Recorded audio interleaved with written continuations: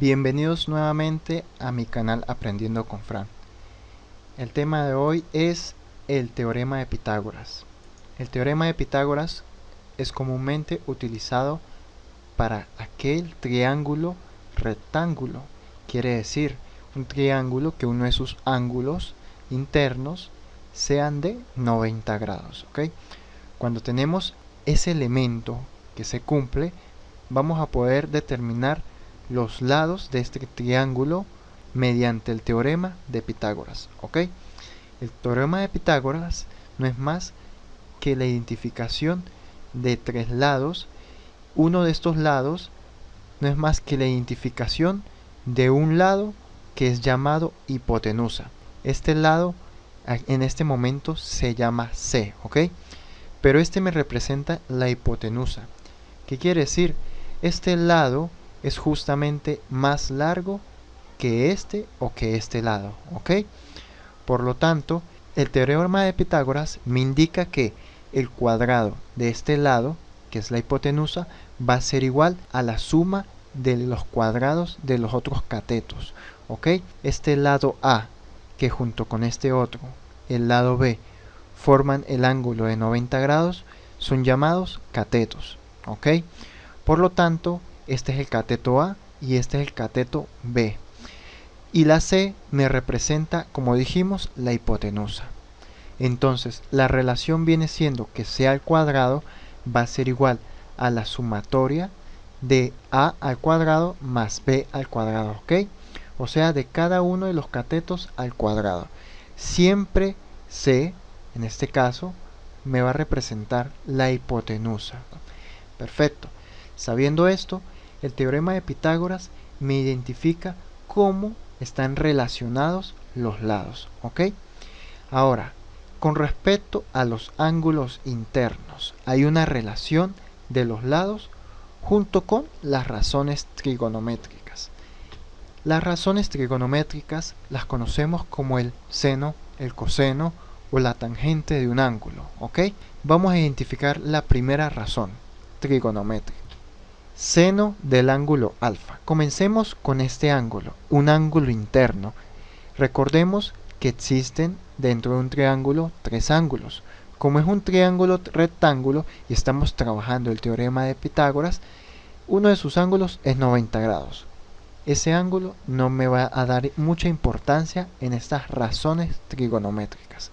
Nos vamos a enfocar en los senos, en los cosenos y en la tangente de cada uno de estos ángulos que vienen siendo los faltantes, ¿ok? El seno de alfa, en este caso va a ser este, va a ser igual al cateto opuesto de ese ángulo dividido por la hipotenusa, ¿ok? Cateto opuesto de alfa quiere decir el lado que está opuesto a este ángulo. En este caso es B, ¿bien? Y la hipotenusa viene representándose en este triángulo como C.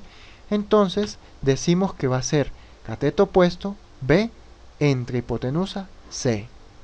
Ok, ya tenemos el seno de este ángulo con respecto a sus lados. Ahora, vayamos a ver el coseno de alfa. Coseno de alfa, volvemos a este punto. Estamos en alfa, en el ángulo, pero este coseno va a ser igual al cateto adyacente entre la hipotenusa.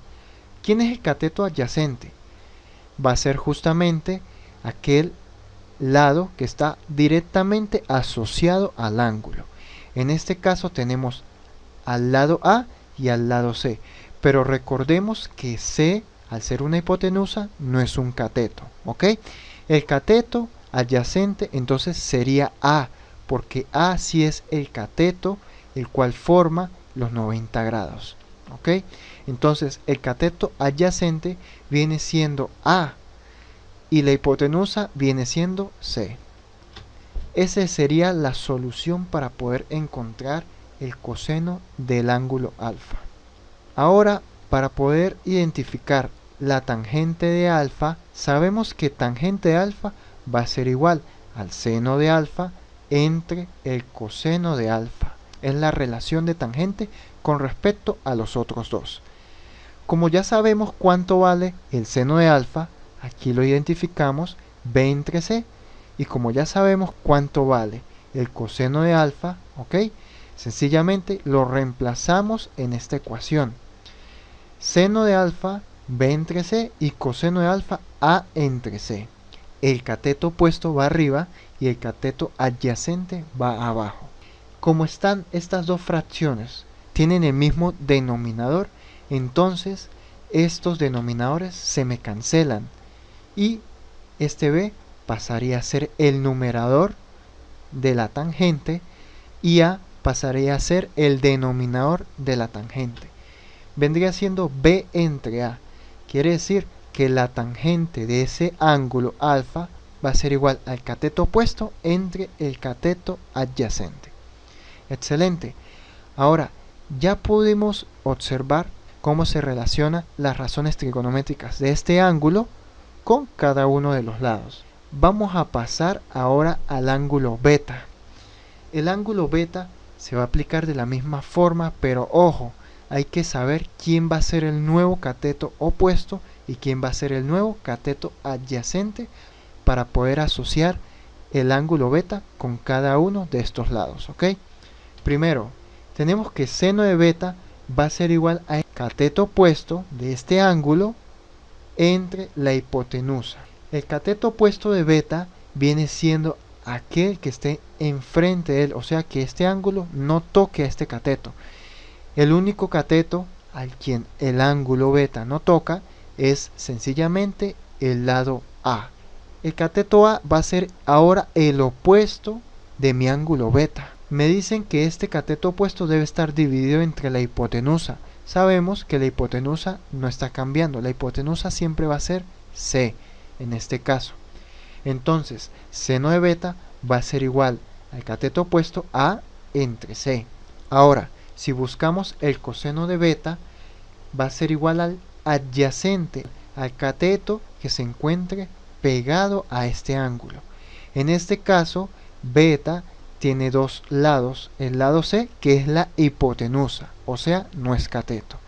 En cambio, el lado B se comporta como un cateto, que el cateto adyacente de beta va a ser igual a B, al lado B. Entonces, como decimos que el cateto adyacente de esta función va a estar dividido entre h, lo asociamos a que es b entre c, ¿ok? El cateto adyacente de mi ángulo beta entre la hipotenusa que viene siendo c.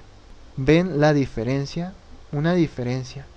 Aquí el seno de alfa, que viene siendo este, va a ser el cateto opuesto b.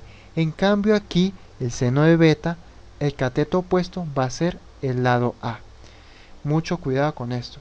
Las relaciones trigonométricas con respecto a los lados de este triángulo rectángulo.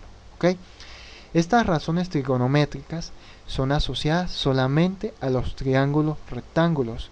No se puede aplicar a cualquier otro triángulo. ¿Ok? Entonces, volvemos a la tangente. Recordemos que la tangente se hace el mismo proceso. La tangente de beta va a ser igual al seno de beta entre el coseno de beta. Al final nos viene quedando que tangente de beta es igual a cateto opuesto de beta entre el cateto adyacente de beta. Vemos la diferencia. Listo. Aquí tenemos todas las razones trigonométricas y el teorema de Pitágoras. Sabiendo que nosotros podemos aplicar cada una de estas fórmulas de acuerdo a un triángulo rectángulo. Ahora vamos a explicar un ejercicio sobre el teorema de Pitágoras. En la parte superior derecha tendrán el enlace al siguiente video en donde explicaremos un ejercicio sobre un triángulo rectángulo. ¿Ok? Entonces los espero allá. Por favor, diríjanse a ese enlace. No se olviden de suscribirse, darle manita arriba si les gustó el video y comenten. Les invito a comentar cualquier tipo de dudas o preguntas que tengan sobre el video. Los espero en el ejercicio número 1 de este video.